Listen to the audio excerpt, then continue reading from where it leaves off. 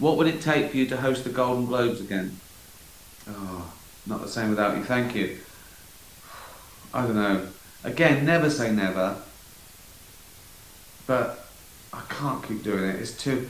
That is so stressful. It ruins Christmas because I have to worry about writing jokes. They're hard coming up with those jokes because it's not what I do usually, and they've got to work. You can't even practice them. So it's a really. I don't think people know how hard it is to just do it, but then to really fucking go for it. Get those jokes past censors. Say things to people's faces. Actually say it in front of huge corporations, CEOs, you know, the biggest producers, broadcasters of the world. It fucking. I do it like I couldn't give a shit, but it's hard work. It's hard work to do it as well as you can, because this simple fact.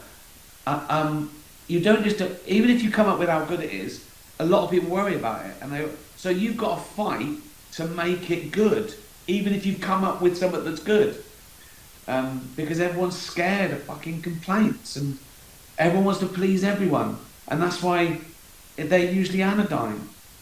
So it's tough to get your own way to make it as good as you know you can make it, and I don't know why I bother.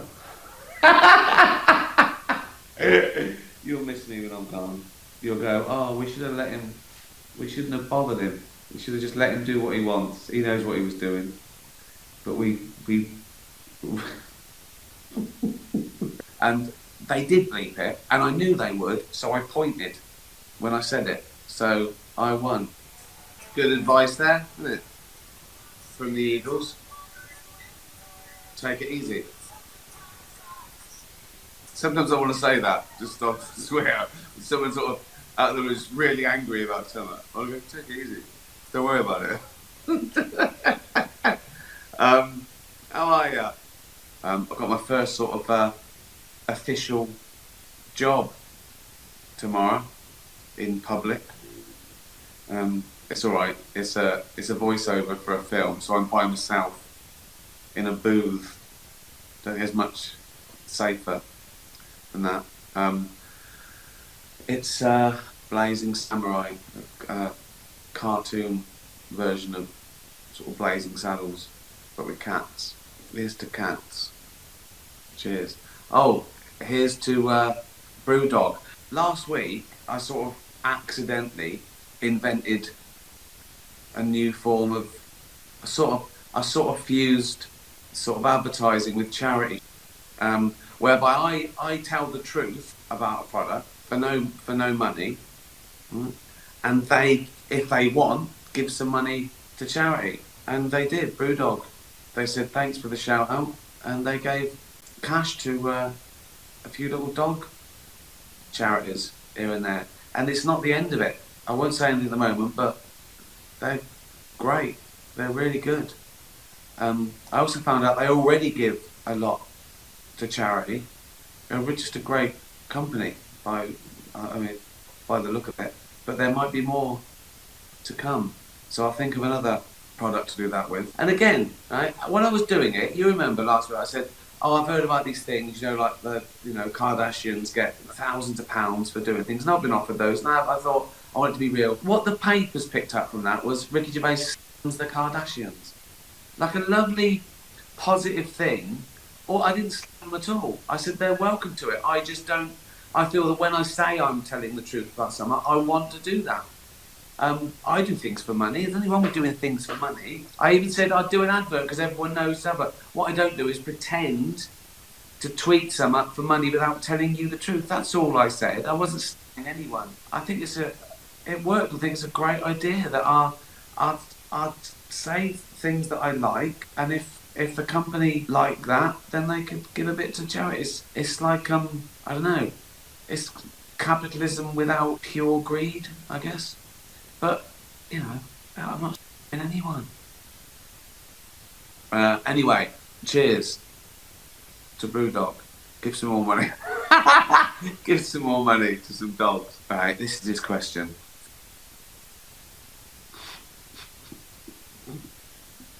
My trouble is, I actually think it's a dog. I mean, he is a dog. He exists, but I think that this is him.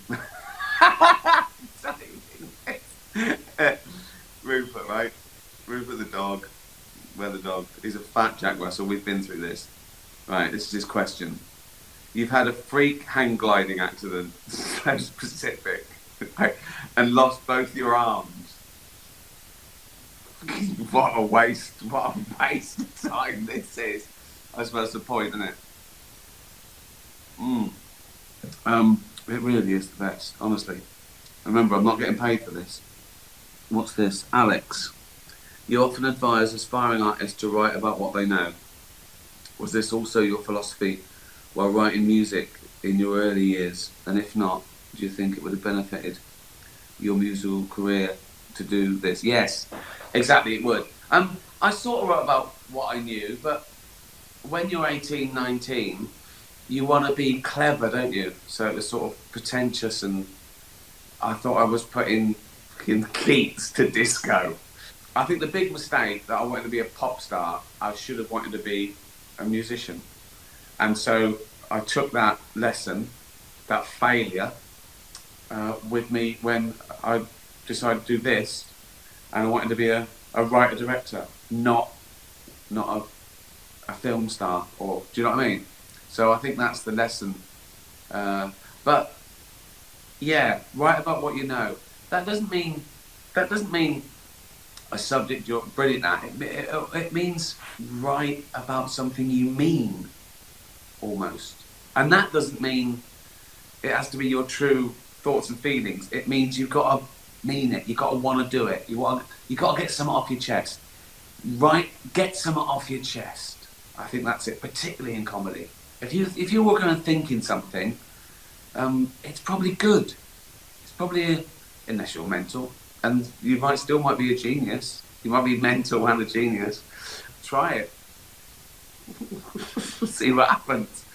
Irish Hugh says, who gave you the go-ahead for the speech at the Globes? NBC, their lawyers. I've heard that other presenters have like 20 writers for weeks. I turn up with a scrap of paper, and I go, I want to do this. I've done that every time. They've looked at it every time with lawyers, and they've said, yeah, that's fine. Because I've usually done the research. I usually make sure something I say is either, it would pass for satire, or it's true, or it's obviously not true. It's stupid, or it's my opinion. And I go after people's public behaviours, things that have actually happened. Things they worry about more. I don't lie about anyone or break the law. And things they worry about more is language. I think that would be the thing, which is fine. I even tell them a couple of times where I've wanted to swear when I'm going to do it, and they've got a little delay and they bleep it. Some I don't tell them, but keeps them on their toes. I told you the thing when I did the thing about the joke about cats when I started off. The world got to see James Corden as a fat. He was also in the movie Cats. The reviews. One said, "This is the worst thing to happen to cats in dogs." Then I go on, I say, Dame Judi Dench defended the movie, saying it was the role she was born to play because she likes nothing better than plonking herself down on the carpet, lifting her leg and licking her own meat. And the little meeting before, when there was sort of like 15 people in the room, execs and lawyers, that's the thing they were about, the word minge. I was going, it's fine. It's fine.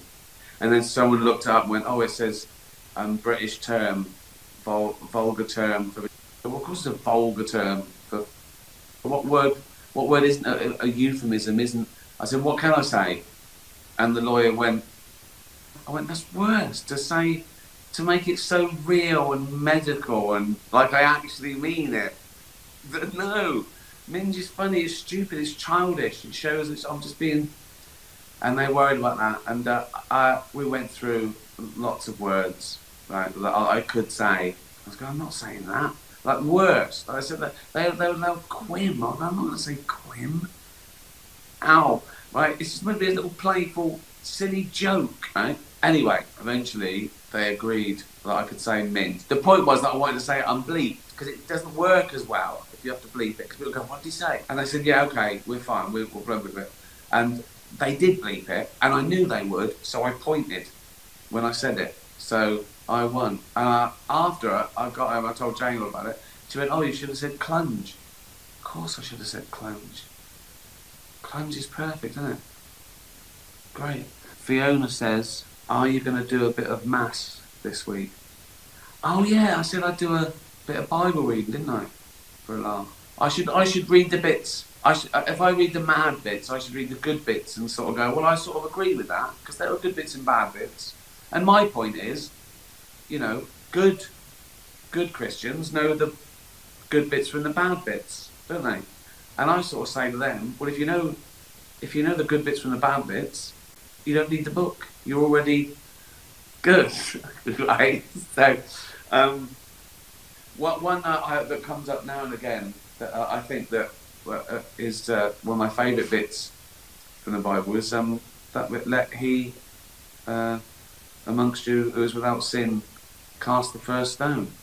People need reminding of that, particularly on Twitter. Oh my God. Oh God, people are so judgmental.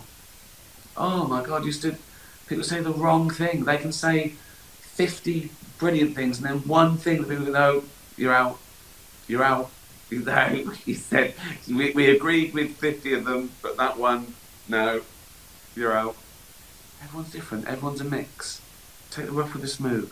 Most people are alright. Yeah, I should do that, shouldn't I? A little bit of Bible. Sean Morgan says, why bother? That's the question. I'm struggling to get an answer. Now, does he mean why bother doing this? Right? Because that's obviously a reply to my, I'm doing a live broadcast, any questions? Does he mean why bother? Right? Which is a very good question.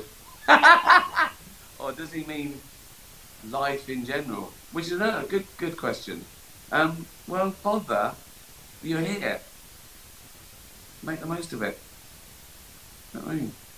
People take the why are we here as the why should we stick around? Well, that's not the same, is it? Why are we here? We are. We're 1 millionth in a long line of creatures that survived. We're here. We haven't got long. Make the most of it. Do things you like. I've never understood that. But what's the point? If you're going to eventually die and there's no afterlife, why live? Well, because it's 4 trillion to 1 chance that you are around. Make the most of it. And then go back to not existing. It's not the other choice. Yeah.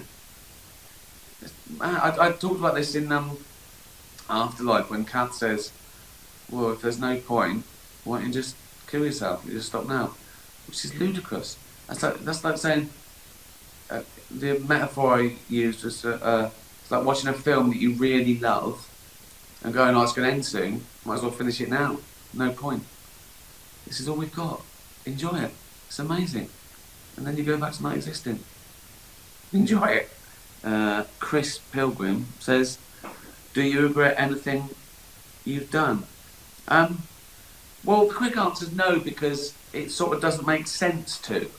I can understand, I haven't done anything that bad, I haven't killed anyone, right? Which I'm sure if you kill someone, you probably regret it. But little things like failures or, you know, that I always think that, do you mean if I could erase something and everything be the same? Well, maybe I'd go back and go, oh, you know, wish I'd have flossed more, my teeth. But all those things that you did that you think, oh, I could have done that better, you did. Making mistakes is learning. It's crazy. It's crazy to think that I wish I'd go back and just do everything perfect first time. Well, life's not like that. All of the bad things that happened that were, oh, why did I do that, right? They led to something good, and it wouldn't have been the same. If you like what you've got now, well, everything you did led up to that point, and anything you change, you'd be at a different point. So it doesn't really make sense. All you got to do is just keep trying and keep getting better. As I said before, if you're always trying, you can't fail. Because if someone says you failed, you go, I haven't finished yet. I haven't finished yet. Life is learning. Mistakes are valuable. Ricky Rampage says, Angels with Dirty Faces is a top film suggestion of yours. Thanks for recommending it. Are there any other films, series you can name which have positively encouraged or influenced any of your writings in the past? Loads. That was, I think, a website, IMDb or Oscars or something, tweeted what's the best ending, without spoilers, the best ending to a movie. And I said, Angels with Dirty Faces. In fact, I used a bit of the ending in The Office and sort of disguised it a little bit. I can't tell you about it because it'll ruin what I did and what the ending is. But anyway, it's an amazing film. It's an amazing film.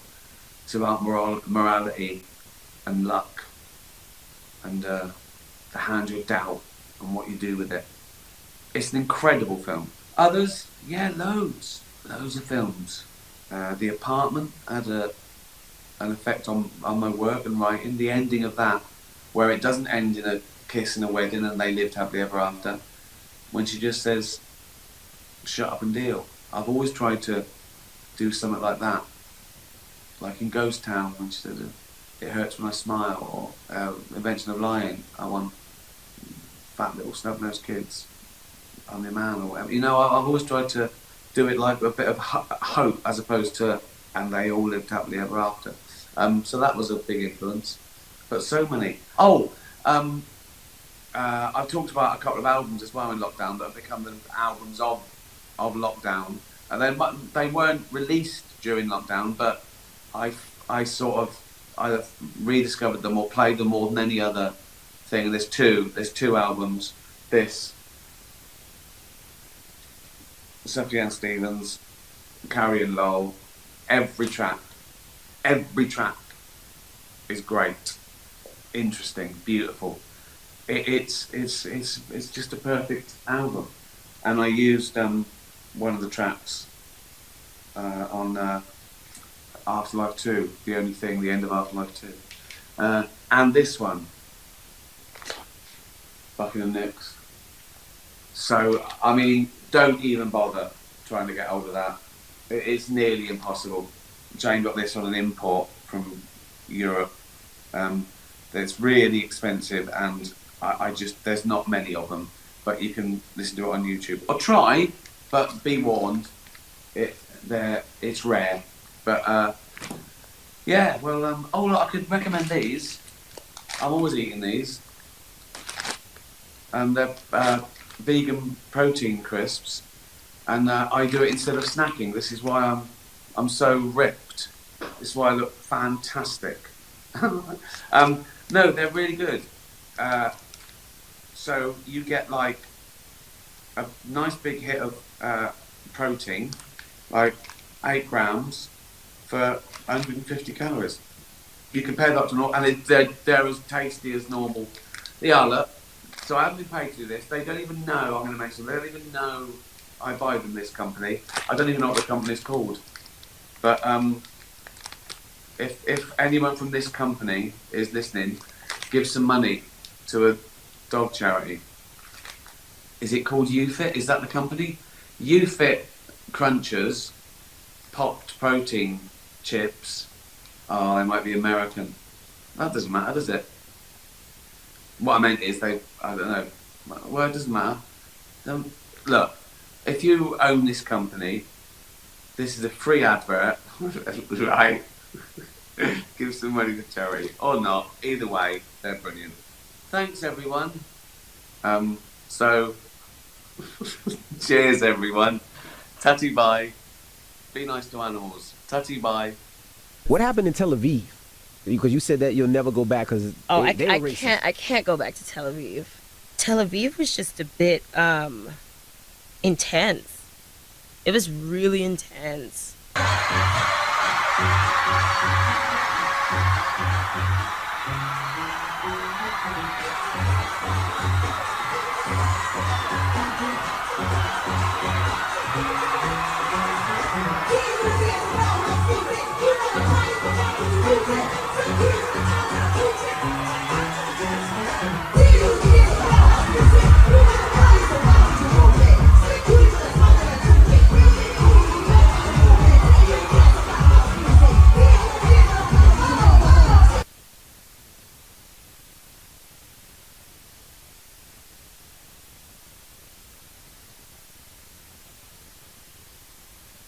You also said she likes you like your racist, right? Yeah, I like my racist.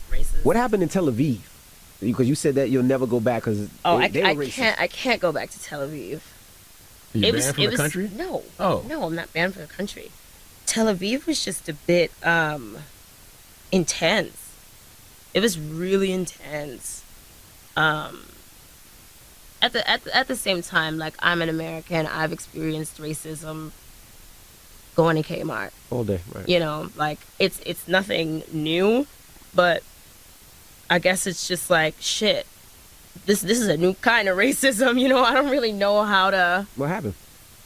Just everywhere I went, there was just looks. Went into a restaurant, people would be like I'd come in and they'd be like, oh, hold on a second, you know, just kind of like showing on their face that they needed to go, like, get their mind together before they served black people. There was only, like, we only ate in one restaurant.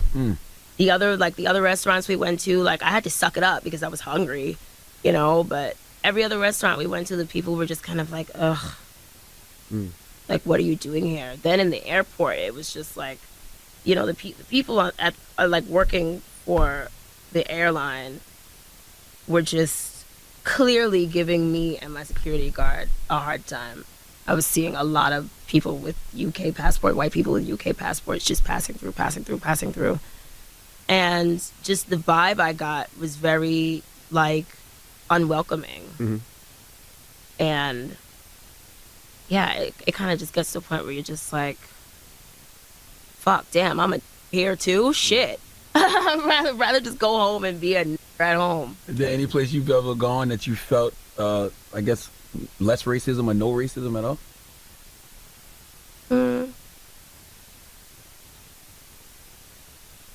I'm watching the abuse that Azalea Banks is getting on Twitter, and I'm thinking to myself, this is why Israel has no friends. This is why Israel is incredibly unpopular online. You have a very famous musician from the United States who's taken a very unpopular stance, who's decided to come to Israel, come and support Israel, and she interfaces with the country on her own terms. And suddenly that's not good enough. And now every single person sees fit to hurl abuse at one of the very few people who's actually been supportive of the country. And I just can't help but think to myself, this is why you have no friends, right? This is why this whole Hasbara thing makes no sense. These people are some of the most toxic people online. And with friends like these, who really needs enemies? Remember when I said all the celebrities who are selling out to Israel the hardest are the ones who are absolutely failing in their professional careers? Yeah, well, this is what rapper Azalea Banks looks like during her concerts now. She decided to become a full-time Zionist mouthpiece for God knows how much money. And you know what's funny is that Azalea Banks once slammed the Israelis for being racist and vowed never to return. She said everybody in Israel was very rude and she would not come back unless it was for some real money. So basically an admittance that she's getting paid good money to do this clown shit. This is the cost of selling your soul, everybody. And it makes perfect sense. She definitely needed this cash because her rap career was in the tubes. Everybody in the music industry recognizes that Azalea Banks is talented, but nobody wants to work with her because her personality sucks so bad. People like Lady Gaga have said she's just impossible to work with. She also posted a video of herself once sacrificing live chickens in her closet at home. Yeah, there's just a lot of reasons why people don't like this lady. But Israel's desperate at this point. They'll take any American celebrity they can get, and they'll pay as much money as they need to. Although that money's probably coming from the American government in the first place. One, I don't live amongst celebrities. I mean, I know some, but but I don't live among. I make sure I don't. Um, I try to, and I take that as a compliment, that I do stay connected with ordinary people. I mean, also you say, so I do know some celebrities, but they're not all celebrities are out of touch. Some are nice people. Some have always been nice. Some probably went through it and come out the other side. They might have been arseholes and now, you know. So it depends, but I really don't think of my.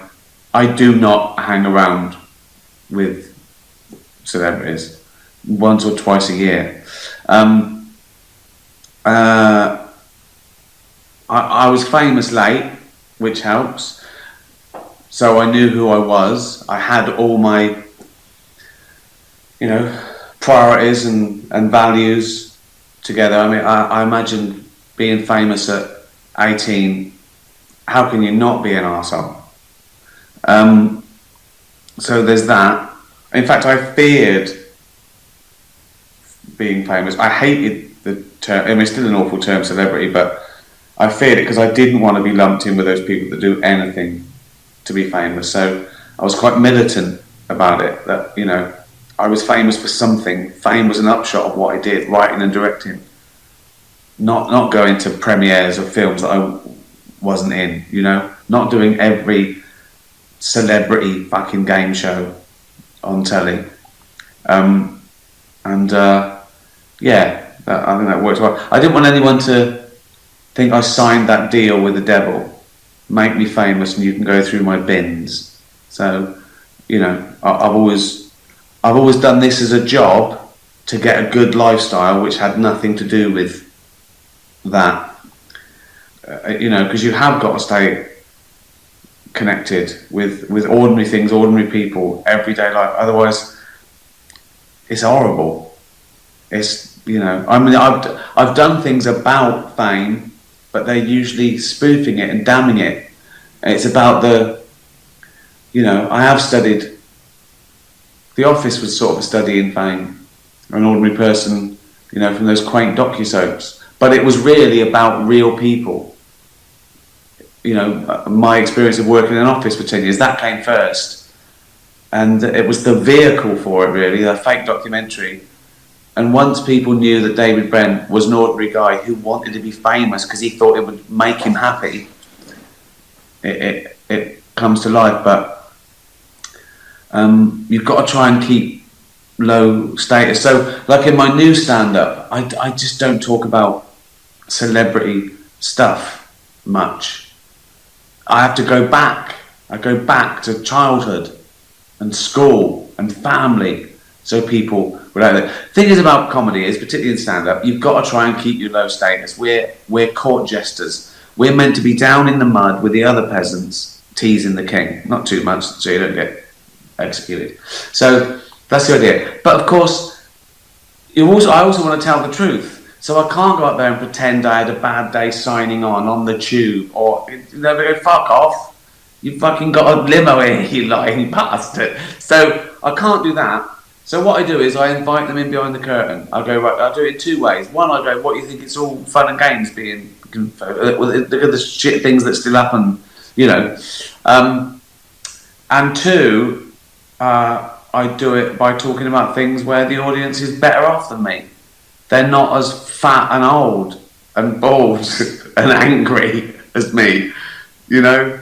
I'm going to die before them. So that's why I embrace those sort of things, because you've got to try and, you can't be above it. You can't go out there. There's nothing more boring than telling someone what a great fucking day you've had. Oh, shut the fuck up. Those people that go, oh, this holiday was so much better than yours. keep it to yourself. These people are just, I said it at the Globes, they know nothing about the real world. We're meant to feel sorry for them, you know, where you realise that their life is 10 times better than the average person. They've got nothing to worry about. Pixies, Debaser.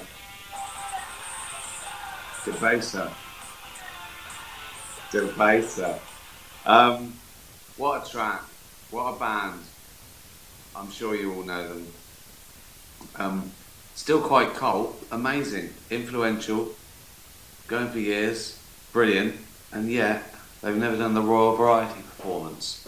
So you do the math. How are you? It's 1 year today since we lost lovely Ollie. Ollie Comic Strip wanted me to pay tribute to her and Rupert, who we also lost. Harry the cat here. All our family love The Office, Derek and Afterlife, thank you. Dad and my bro love your stand-up, whereas Mum and I love that you take questions and reply to animals. Right, has your fan base changed in the last year? How many are pets? I don't know. I don't know if it's changed. It sort of changes all the time because people discover you and they discover different things and they discover it out of order, if you know what I mean. So early days it was just The Office. Then it was extras. Then it was like maybe, you know, hosting the Golden Globes, which more people see at once, or being in something like Night in the Museum. You know, kids would recognise me from Night in the Museum or the Muppets, you know. So it depends. I remember there was when I first got on Facebook, most people came up to me and said, "Thanks for all the work you do for animals," which was really strange. They didn't mention The Office or Derek or, which is really nice. So I think it probably has changed, or at least the attitude. I think people feel that it was nice to connect. That's what I feel anyway. I feel that it's not necessarily changed, but it's nice to connect with fans. Not literally. I mean, I know you're miles away, and I don't want to get close enough to smell you. But as much as you can connect over the internet, being beamed into space and down to Michigan or whatever, I feel that I feel like I have more of a normal connection with people, which is nice and rare. As I said, you won't get George Clooney doing this. You will not get Brad Pitt. You will not get Sir Bradley Pitt doing in a drain. Not for.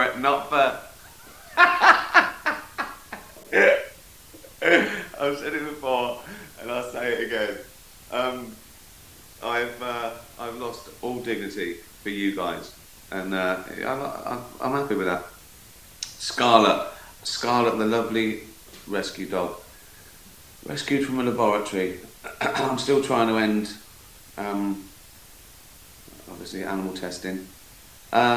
Good news in the paper this week that they found a cure for cancer using computer modelling, not testing on animals at all.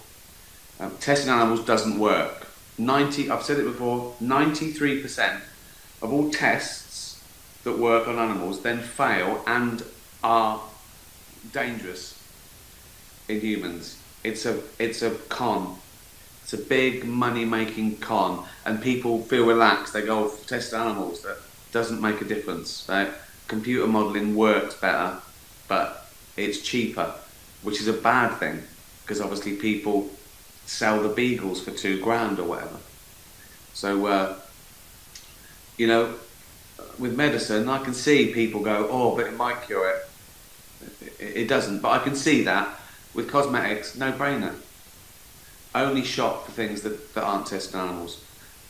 Scarlet, us dogs have around 300 million smell receptors in comparison with humans, who have about 6 million. Brilliant. What's that? Wow, that's 50 times. That's incredible. We can even smell detect cancer, I know, to help our humans. Think of that. Think how animals help us and then we treat them like we do. Are there any of your senses you'd like to magnify as much as our noses?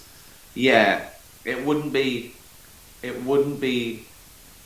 smell, because you can't turn that off. Maybe hearing, but I don't need it. I've pretty got good eyesight, I think. I think I'd be able to, because at least you can close your eyes. With smell, with hearing, you can stick earplugs in, listen to something else. You shut your eyes. with smell. I was on a plane once, and this bloke had his shoes on, and his feet stank, and you can't get away from it. And what could he do? I can't go, mate. You stink. Get your feet down the bog. You filthy. What can you do? So I wouldn't want to have super senses that I couldn't turn off. But I think it would be sight. I think. Yeah, it'd be great, wouldn't it? Was it Steve Austin who had one bionic eye? That'd be like that. What's that noise? It's Ricky looking. All right. Why does it make that noise? I don't know. It just does. It makes it when he's looking. Yeah, I'd have that super sight. Then I could read your comments. X-ray vision, no. Have you seen Ray Milland in The Man with X-ray Eyes? Drives him mental. Starts off all fun and games, then it drives him mental because he can't sleep. Because of X-rays in his face. That's where I get a lot of my science from. Films and the $6 Million Man. Everyone over 40 will be vaccinated. Luckily, most of my cast and crew are over 40. That's alright. All the extras have been vaccinated. No, Danbury be the oldest town in the world. If anyone coughs, I'll be like Tom Cruise. I'll go mental. We are the gold standard. You're back there in Hollywood making movies right now because of us. Because they believe in us and what we're doing. I'm on the phone with every studio at night. Insurance companies. Producers. And they're looking at us and using us to make their movies. We are creating thousands of jobs, you I don't ever want to see it again! Ever! Oh dear. Bella, hey Ricky. Winning awards must be pretty cool. I'm over it. You know, I've got enough. Also, all the things I've said, I think that's a conspiracy. I don't think there's any award body that wants me to win an award now and get up there and say something. Although, this year's been really good. They've been flooding in, so it is nice. But have you ever been given a plate to lick clean after it had gravy on it? I used to use bread, Bella.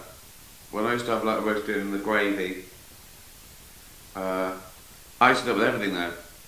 Like if you had a lovely yummy sort of pasta, all the sauce that would be left at the end, I'd get a bit of bread. And by a bit of bread, I mean half a loaf. And yeah, I mean I think it's mainly bread I like. But yeah, I used to love mopping up my gravy with bread. I used to do it with everything. I used to have what was that I used to? Oh, I used to have evaporated milk. Does that exist anymore? When I was a kid, my mum would give me a bowl of milk like a fucking cat with a little slice of bread, and I used to. That's why I love animals. I was brought up like one. I remember that. I used to love it. A bit of bread and a bowl of evaporated milk. Me, what a weird fucking child. Yeah. Fucking hell. What is evaporated milk? You don't see it anymore. It used to be in a tin. Do you have it? Carnation, that was it. Yeah, carnation. Yeah. Oh God. I talk about my childhood like it was the war. You know what I mean? It's like such a bygone era. Well, it is, isn't it? I'm old. It didn't do me any harm, did it? What was the question? Yes, I did. I loved scooping up juices with bread, gravy. Yeah. Now, obviously, vegan stuff. soup. Every day I have it with lentil soup, with a bit of bread. That's the best bit. Then you drink the soup. All the bread swells up. I'm not a nutritionist. Claire, would you rather develop A, hiccups that you can't get rid of, no matter what you try? Oh, that's just already stressing me out. B, a wart on your nose that keeps growing and can't be removed. The inability to control yourself from shouting obscenities at anyone who annoys you. Well, I always have that problem. I already have a problem with that. Oh, but I can't. Oh, I've got hiccups now, look. But I can't control it. I'd have to shout. Like the bloke with it. So on the plane, as soon as I went like that, took his shoe off. Go and clean your feet, you filthy. So I'd say it, and there'd be a fight, wouldn't there? Yeah, it can't be that one. Wart on your nose that keeps growing. What do you mean keeps growing? It's just getting like just until like Rudolph. What do you mean? That's shit, isn't it? That's not too bad. Hiccups. It can't be hiccups. It can't be hiccups. And you say it's got to be the wart. And I just go, it's a wart. Get over it. Oh god, I look like fucking witchy poo. Your nose keeps growing anyway as you get older, so mine will just be pointed or a little bob. It's got to be the. It can't be hiccups because I go mental and I can't sleep. It drives me mental. I can't shout what I'm thinking because all the time I'm thinking I'm angry at people all the time. So I just be shouting. You look like a f***ing mate. So no, it can't be that one. It's got to be the wart. Who cares? Joey, would you rather think of George Clooney and Brad Pitt doing this shit? Never happen. Joey, would you rather have spontaneous, uncontrollable shouting of your own name? So I just walk along shouting Ricky Gervais. Or approach strangers at random and tell them I'm the guy from The Office. Oh God. Well, the first one happened to me once. I was walking home from my office when I lived in Bloomsbury, and there was a couple of teenagers on bikes. They're like 13, and they stopped as I was crossing the road. They went, "Hey, office man, innit?" I went, "Yeah, hi," and I kept walking. And they went, "What's your name?" And by this time I'd got across the other side of the road, right? And they went, "What's your name?" And I had to shout, "Ricky Gervais." So anyone passing just sees me shouting at two kids on a bike, "Ricky Gervais." Why didn't I just go, "Shut up, mate, I'm not shouting." Fucking... Oh, so that wasn't so bad. I'm the guy from The Office. Oh, for fuck's sake. Joey, you always have the worst question. I just shout Ricky Gervais because then people think, oh, he can't help it, he's got a condition. He shouts his own name, and it'd be like a novelty. I just walk along the street and they go, "Look, it's Ricky Gervais," and I shout, "Ricky Gervais." They go, "See?" I'd have to live in a weird little village where everyone knew me, so it just didn't bother them. Joey. It's that one, just me shouting. Now, I've been asked to do those things. You know, like Ant and Dec have an earpiece, and you have to. They did it with Richard Madeley, where you have to say stupid things. And Ellen even asked me to do one where I had to go in a McDonald's or something and say, "Do I get it? Do you know who I am?" I couldn't do it. I said, "I can't do it. I can't do it for that 1 minute." Hidden camera stuff. That 1 minute they think, "Fuck me, who's this?" I haven't got the nerve. I couldn't do it. So that would be tough. Cheers, Joey, you idiot. Julia, what's the weirdest thing you've heard about in nature? I've just watched A Perfect Planet where male fig wasps start to mate with their unhatched sisters. Oh, well, I'm from the West Country, so that is... To reach them, they use a telescopic that's twice their body length. That is a good fact, isn't it? So, they mate with so they're an egg. They're mating with an egg. They're unhatched sisters. So they're injecting through an egg into Now that is weird, isn't it? That is weird. Not to a wasp. It's normal to a wasp. If you told a wasp how we do it, they go, "You do what?" They go, "That's weird. Why did you wait that long?" What's the weird? Oh, I know. This is fascinating. Well, you'll be the judge of that. There's a parasite. I think it's like a parasitic worm that starts its life cycle in a stickleback, a fish, right? But it has to complete its life cycle in a warm-blooded animal. So it has to get into a warm-blooded animal. And so this is what it does. So the stickleback has got this little parasite. And the stickleback usually, if it sees a heron, the shadow, the shape of a heron, it flees the shadow. It knows, right? Instinctive, right? This parasite, at a certain point in its life cycle, I don't know how it does it. I assume sort of chemical or biological, pheromone or something. I don't know how it does it. But it changes the stickleback's behaviour. So when the stickleback sees a heron, it's not scared of the shadow. So it doesn't flee. So the heron eats it, and the parasite gets into a warm-blooded animal. That is like magic, isn't it? That is like some sort of weird spell, and it's all explainable. Even though that sounds like the craziest way to do something, it just did it without will, through natural selection. It's fucking. I mean, every fact is remarkable. It's just what we're used to. So you break down how a fucking flower pollinates itself.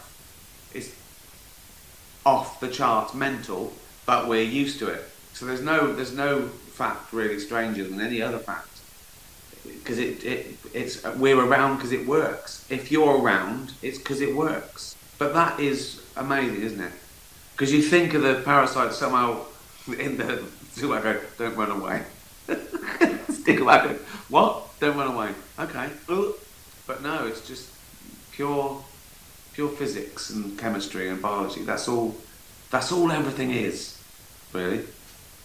Even though it feels magical, it's just energy, just electricity, pinging around, doing, and nothing we can do about it. I use my chemistry and biology to answer questions from pets. That's my raison d'etre. Wow, good question. Right, Leopold and Loveday. As you know, we invented the catnap. Yeah, you're welcome. I have one every day. I'm going to miss that when I'm filming. A little nap at 1 o'clock. Oh, maybe I could build it in to the crew. Just make the cast and crew. Right, everyone snooze. 40 minutes. As you know, we invented the catnap. After your nap, are you refreshed, or do you just crave more sleep? Sometimes you wake up more tired, you want to carry on. I think there's an optimum. I think if you can fall asleep and wake up in like 25 minutes, that'll be perfect. But then sometimes you get that, like that winter sleep, when the fire's on, and you get that winter sleep, and you go, oh yeah, it's an hour and a half. That's like half a day to me. No, I look forward to it. I get up now. I can even get up a little bit earlier thinking I can have a nap in 5 hours. So yeah, I'm going to miss that. It's great, isn't it, a nap? It's a real privilege, isn't it, to have a little nap. Titch, if GMB asked you to present the news now, would you? I think you'd be a great anchorman. I'd be terrible. I'd be terrible in every way. I'd be terrible in ways that contradicted the other ways I was terrible. Like, too nice or too nasty or too stupid. I couldn't do it. I'd also be bored. I'd start reading the news and go, fuck man, who cares? I think that's most of it as well. I see these things that are in the news all the time, like things that blow up, you know, Couldn't give it makes me angry that people care about celebrity shit is the worst. I don't care. I don't care who said what about who. I don't care who you're going out with. I don't care who you split up with. I don't care. I don't care what your fucking family think of you or what you think. Just fucking do it. Just shut up. Shut the up.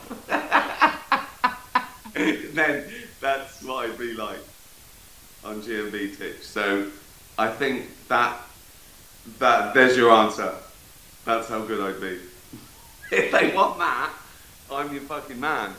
If they want that, I'll do it for a week.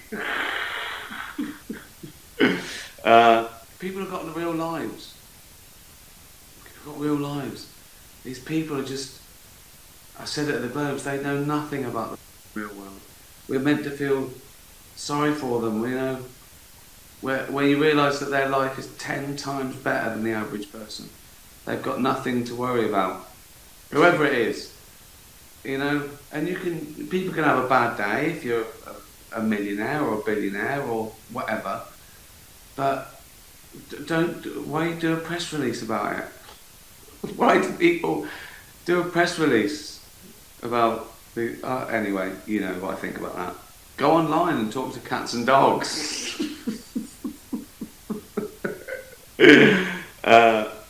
Mum and Sherlock. You wake up alone and realise you're an old woman with a walker. You think it's a nightmare, but it's not. Don't make it worse. Trying to scare me. Like, it really is. I've turned into an old woman with a walker. Right? Classic. There's a note on the table. It says, if you can convince someone that you are you, you'll be yourself again. What do you say to do or sound convincing? Well, so basically it's got to be Jane, because I'd have the biggest well of things that only we knew about, wouldn't I? Because anything that anyone else knows about me, probably everyone knows about it. They'd go, oh, you could have read that, that's online. Or, how do I know? I don't know you well enough. Whereas Jane would know what was true, yeah, that'd be tough, wouldn't it? Could I just go, remember that thing we watched last night? And she'd be going, what are you doing in my house? You're an old lady. I'd go, no, listen, I'm not an old lady. Do you remember what I said to you when we were watching that Dutch drama last night? She'd go, what? I go, just think.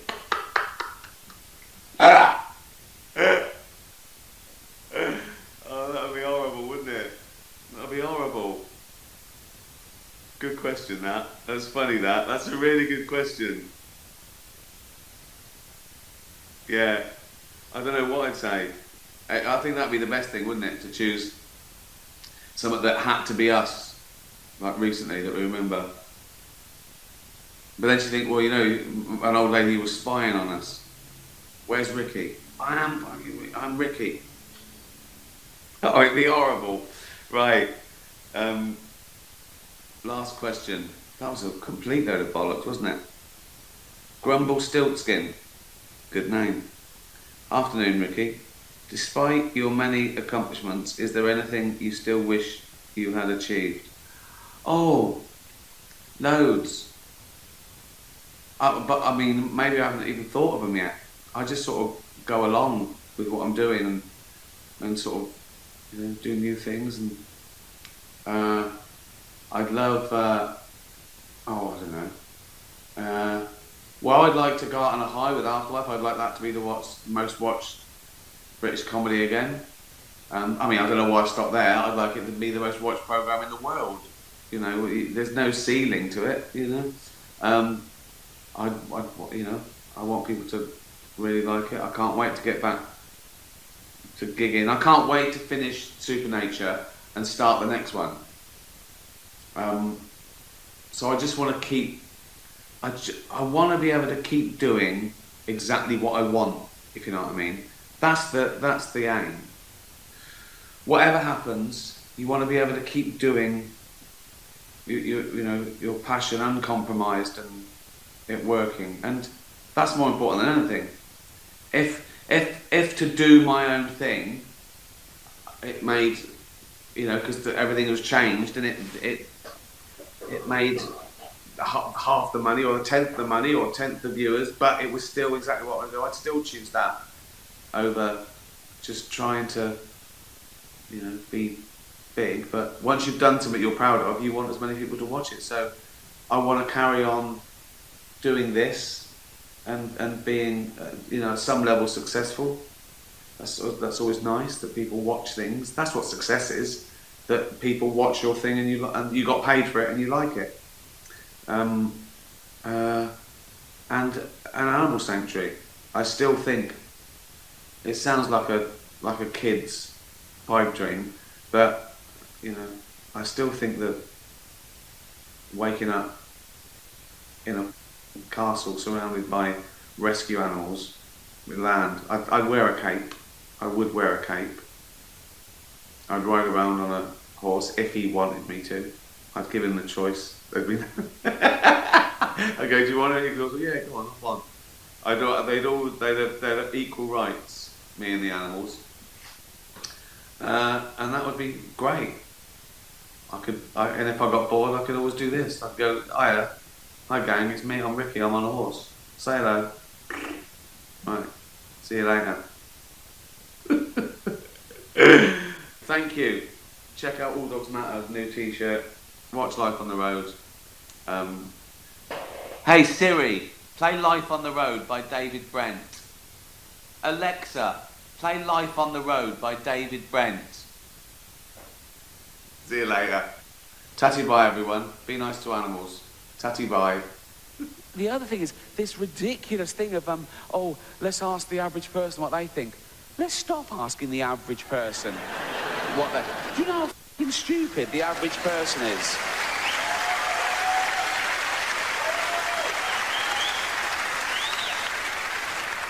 We still sell bottles of bleach with big labels on that say, do not drink, right?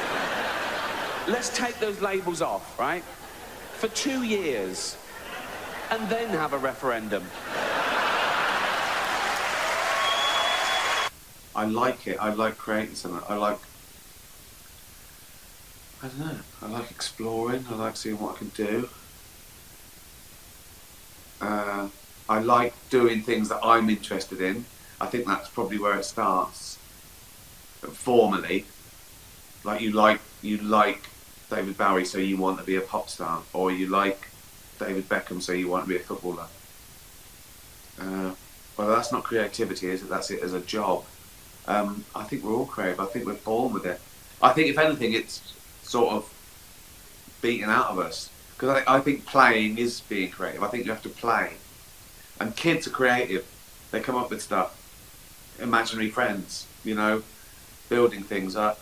My mum told me once, right, when I used to sort of play Cowboys and Indians by myself, loser, also Native American, racist, 5-year-old Ricky, right, I used to play Cowboys and Native Americans down the bottom of the garden, and sometimes I'd work myself up into a frenzy so much that I'd run in, I'd scare myself, and I'd hide from these imaginary... So, yeah, creativity can tip over to being a bit mental at 5 and 6. So I think we always want to try stuff. I think it's part of intelligence, trying stuff out, seeing stuff, and then you do it more formally when you're aware of it.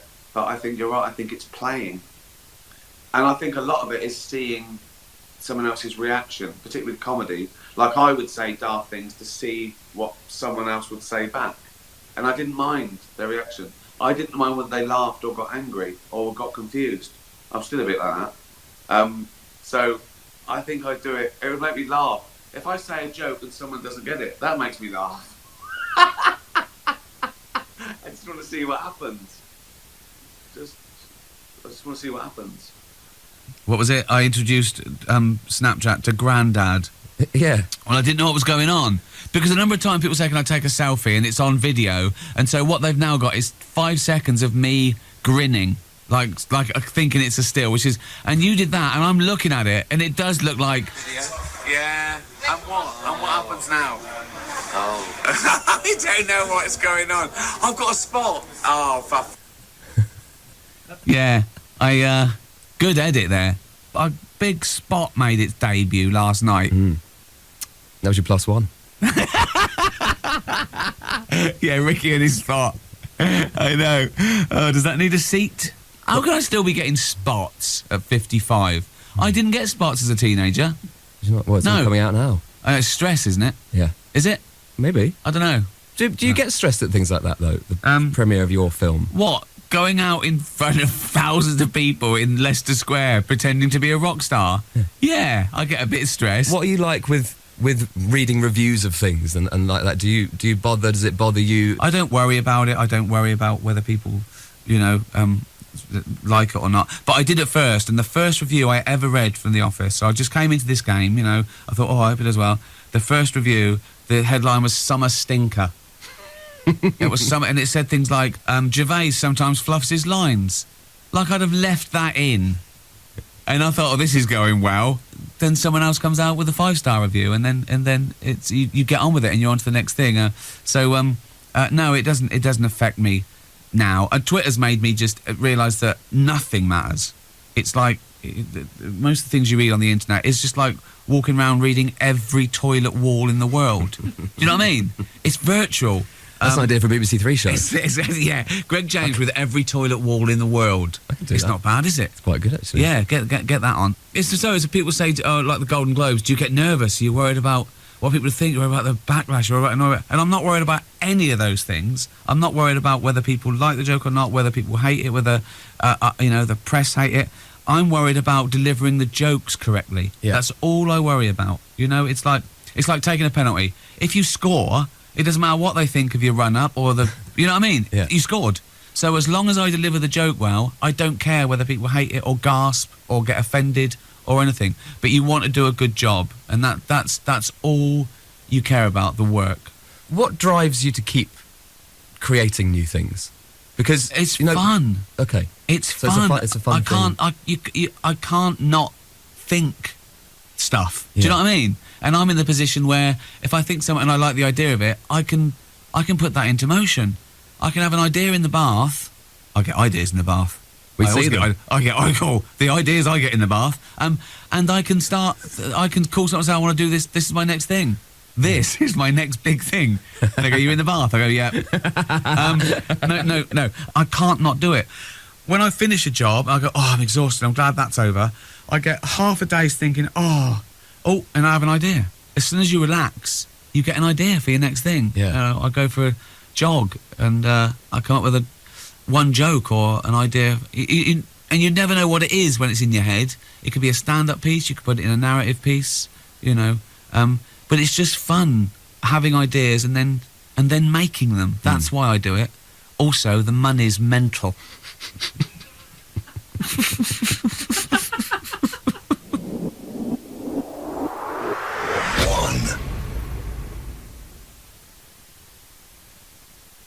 As a new form of the virus is now rapidly spreading across Africa. I had a bit of a incident last night. So I'm worried about this, right? I'm worried, right? I'm a bit of a worrier anyway. And I'm a hypochondriac. I went to the doctor's once. I had an upset stomach. And she said, what's the matter? I said, I have an upset stomach. She went, right, so have you changed any of your habit? I said, yeah, I've started having sort of, smoothies with fibre in. She went, would be that then, wouldn't it? I went, right, good. So yeah, went to the doctor. I said, is it bowel cancer? She said no. I went, right. And then she said, when you get a sore throat, do you think that's throat cancer? Right? I think she thought I'd laugh. I went, yes. And she went, okay, you can leave now. That's what I want a doctor. I want a doctor to make me feel because I went along. Do you know what I mean? I want to go along. I don't ever want a doctor to say to me, well, you were right. come in because. Whew. So, anyway, so last night, I went to bed. I went to Jane. Oh, I feel a bit. Don't feel very well, right? She went, what's the matter? I said, oh no, I just feel ill, sort of upset stomach. And I went, it's coronavirus. She went, right. I said, so I feel hot. So she went and got a thermometer. She got out of bed, right? Got a thermometer, tested me.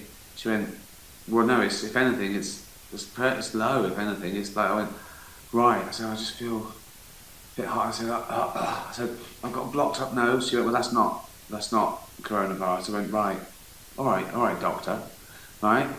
And I went, oh, I feel sort of out of breath. It was really nervous. You're winding yourself up, right? And I went, I sort of sore throat. So we've always got a sore throat because you don't drink enough liquid and you're always dehydrated. And so I went all right anyway. I don't feel so. I took a nighttime Beecham's, right, and went to sleep. That must have mixed with the alcohol because I woke up screaming from a nightmare at about 3 o'clock, scared Jane because I thought an earplug was a spider. And so I woke up this morning. She went, how'd you feel? I went, yeah, fine. My life often is, I have those incidents now and again. And I always remember a line in Christmas Carol when they go, and Tiny Tim, who did not, and I say that, when I get up, I go, who did not? Oh dear. So business as usual, really. I'm not a brave man. I always think the worst. So then, but it's not the worst, I'm happy. I think, what a lovely day. I didn't... Oh. The World Health Organization tonight is declaring Mpox, formerly known as a global public health. Jane laughed at me because I found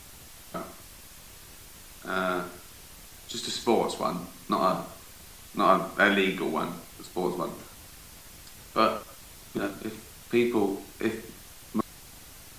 come for the toilet rolls, they don't know it's got a little blunt thing on the end. I think when I woke up screaming, I think I shouted, ah, spider.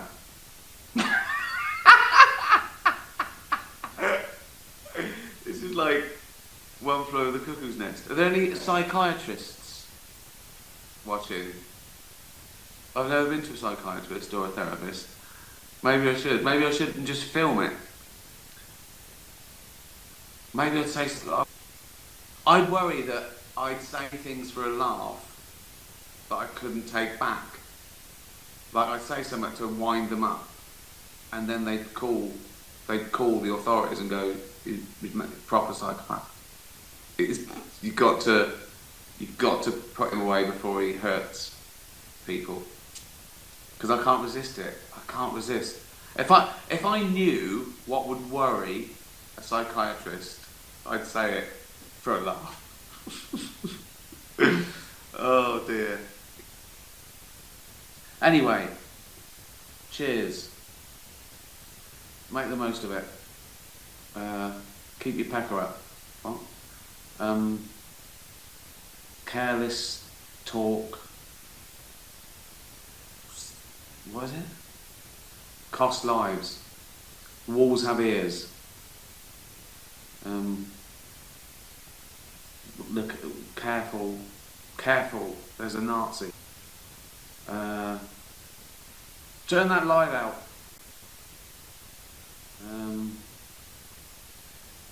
Dig for victory.